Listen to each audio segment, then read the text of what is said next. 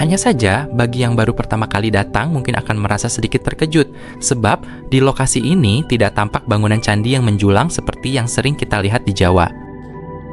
Yang terlihat saat ini hanyalah sebuah telaga di tengah kawasan situs, dikelilingi kain kuning, pepohonan rindang, dan hamparan persawahan.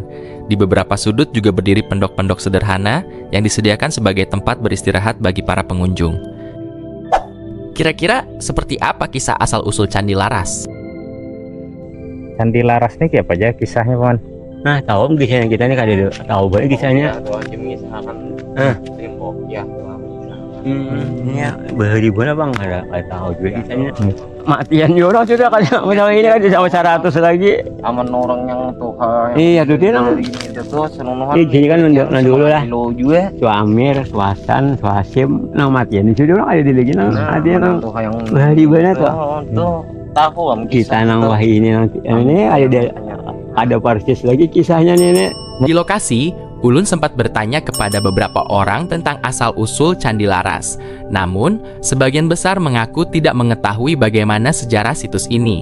Mereka hanya mengetahui bahwa tempat ini telah lama dikenal dengan nama Candi Laras.